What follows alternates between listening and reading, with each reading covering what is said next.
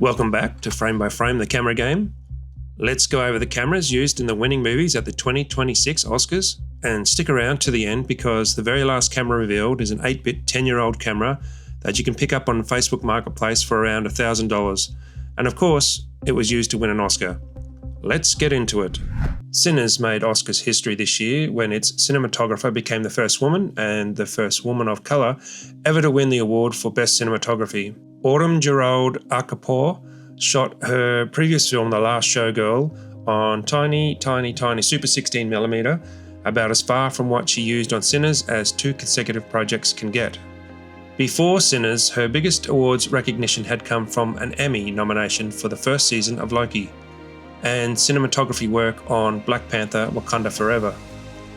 DP Autumn Gerald Akapoor combined Ultra Panavision 70 and IMAX 65mm film in the same production using the actual IMAX MSM 9802 and Mark IV camera bodies alongside a Panavision System 65, plus Kodak Ektachrome stock for parts of it.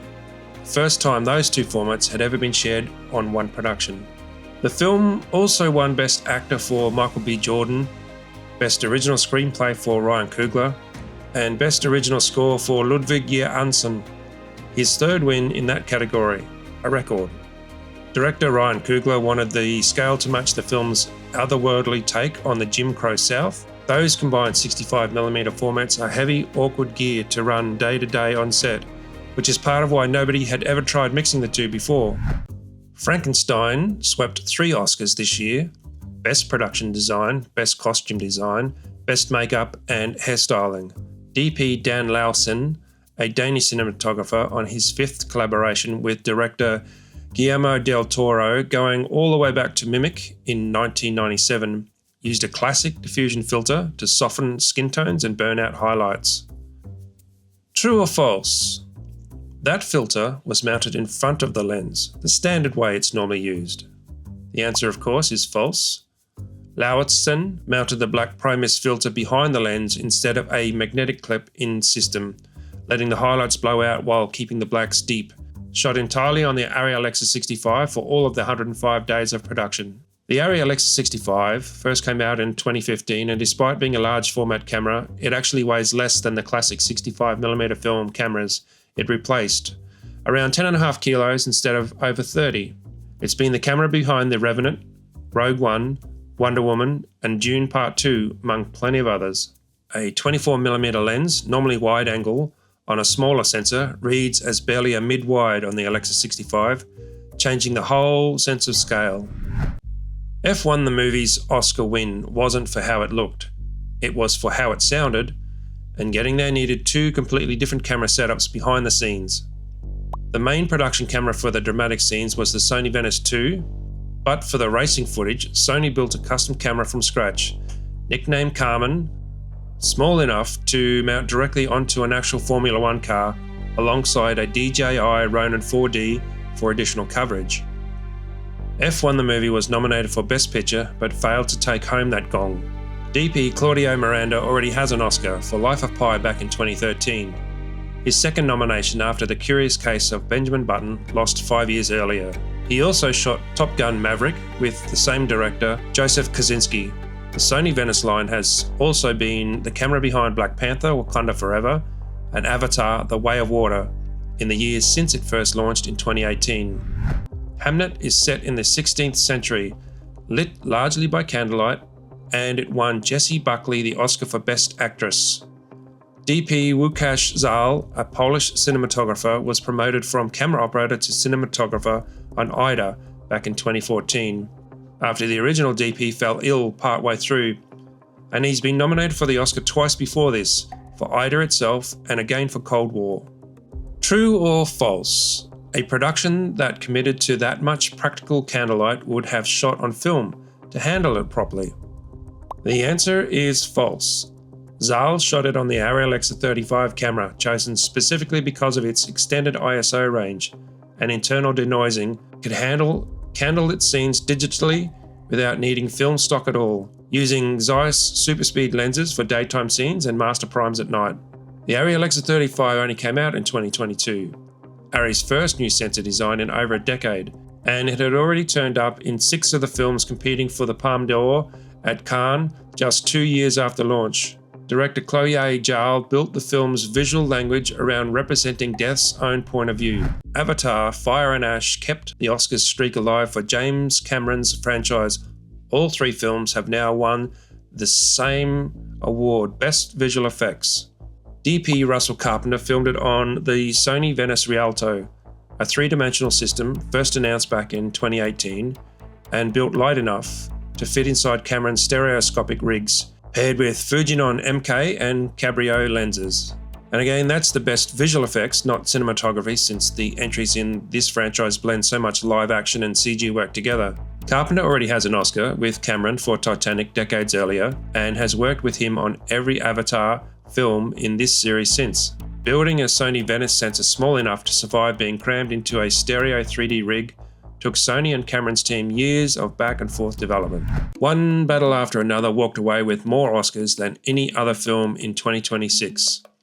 6 in total, including Best Picture and Best Director for Paul Thomas Anderson.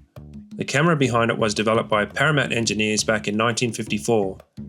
Built originally to compete with widescreen rivals and lure people back into cinemas. It went completely dormant by the early 1960s, and last time it won Best Cinematography, before this year, was literally the year before for The Brutalist. DP Michael Baumann, in his 5th collaboration with Anderson after working his way up from gaffer to cinematographer across their films together, shot the bulk of it on 3 VistaVision Beaumont VistaVision cameras. The main one, a restored unit borrowed from actor and cinematographer Giovanni Ribisi, alongside a Panavision Millennium XL2 and Panavision Primo lenses. This was Baumann's first ever Oscar nomination, and of course he won. VistaVision made up around 75 to 80% of the finished film. The format runs film horizontally through the camera instead of vertically, doubling the resolution of standard 35mm film, which is also why the old cameras are notoriously heavy and slow to reload. Baumann has said they ran extensive tests before shooting even started, just to figure out how to speed up reload times on cameras that hadn't been run on this scale in decades.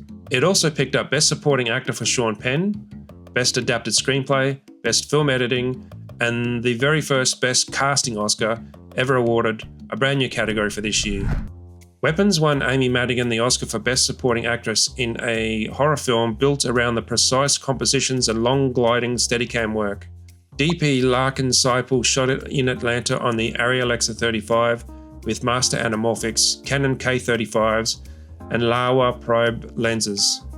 Before deciding on the Arri Alexa 35 camera, Seipel actually tested it against film stock, shooting matching portraits in similar lighting and projecting both in a theatre with director Zach Krieger to compare, and they went digital once they felt the skin tones could match film closely enough. Seipel was also the cinematographer on Everything Everywhere All at Once, the film that won Best Picture in 2023.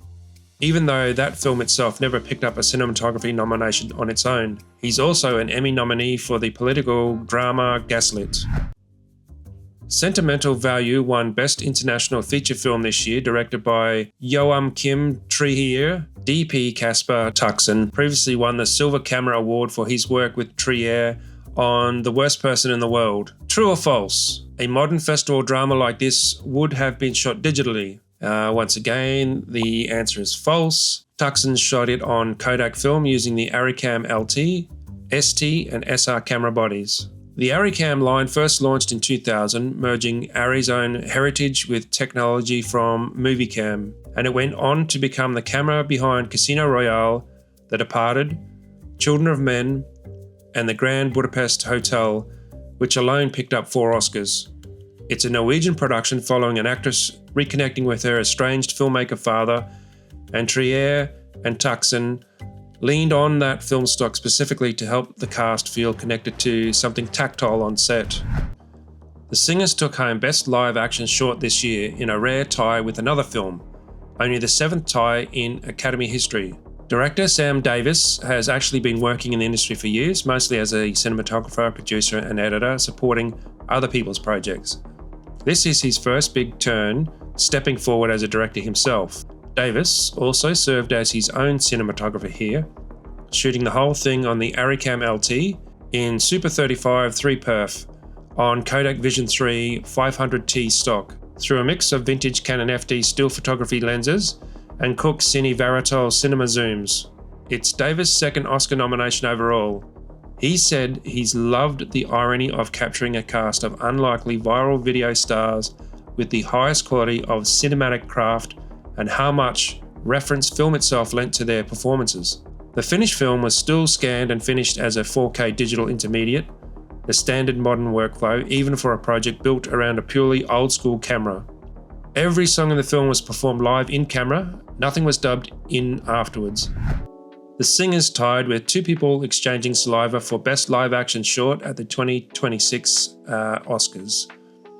It comes from an artist duo rather than career filmmakers, Alexandra Singh and Natalie Mustayata, working together on their first short.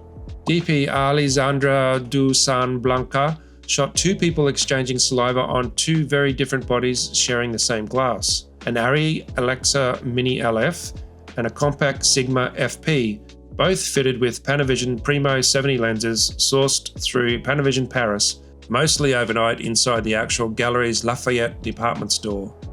Alexandria Dusan Blanca chose the Primo 70 series specifically for lenses sharp enough for precision, but still holding some softness in the contrast, and built her black and white look before the shoot even started, preparing custom LUTs in DaVinci Resolve so the crew could light and compose for that final image on set rather than guessing at it in the grade afterwards. The crew used the iPhone scanning app Polycam to capture the actual department store location, then built a full pre-visualization of the film in Blender before ever rolling camera there.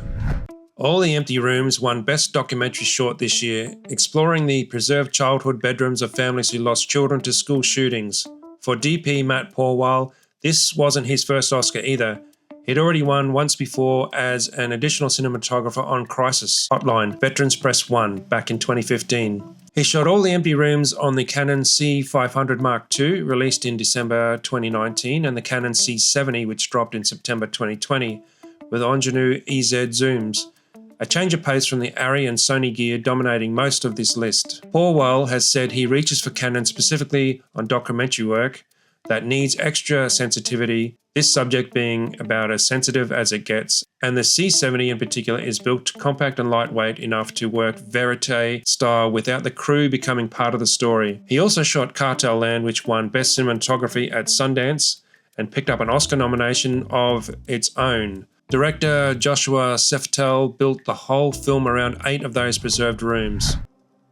Mr. Nobody Against Putin won Best Documentary Feature this year, shot from inside a Russian school by its own videographer, secretly documenting the militarization of his students under wartime propaganda. True or false? Capturing footage that important, that dangerous, took serious professional broadcast equipment. They've all been false on this episode. Pavel Talankin, the film's actual subject and cinematographer, shot it all on a Sony A6300, a compact consumer mirrorless camera anyone can buy off the shelf. One that was already a decade old by the time this film won.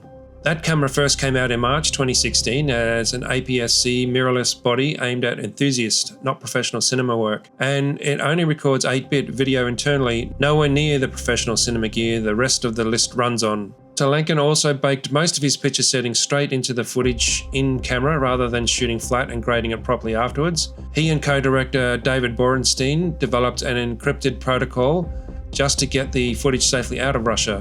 One reviewer of the camera when it first came out said he'd rather shoot on his Olympus Pen F, which was more fun to shoot. Fair enough, but the Sony A6300 camera is now an Academy Award winning camera, and that's a whole lot more fun to have.